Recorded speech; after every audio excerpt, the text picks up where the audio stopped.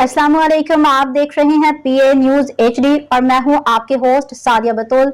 शामिल करते हैं आज की अहम खबरें। गजा में इसराइल की वहशियाना कार्रवाइयाँ जारी हैं। गुज़श्ता 24 घंटों के दौरान मजीद 136 फ़लस्तीनी शहीद हो गए। एक माह के दौरान शहादतों की तादाद 3340 तक पहुँच गई।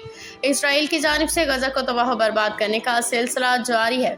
फ़लस्तीन वज़ारत सेहत के मुताबिक ताज़ा तरीन वहशियाना कार्रवाइयों में गुज़श्ता 24 घंटों के दौरान मजीद 136 फ़लस्तीनी शहीद, 364 जख्मी हुए। रिपोर्ट के मुताबिक 18 मार्च से जारी इसराइली हमलों में 3340 शहादतें हो चुकी हैं, जबकि 7 अक्टूबर 2023 में अब तक शहीद फ़लस्तीनियों की तादाद 53,486 हो चुकी है।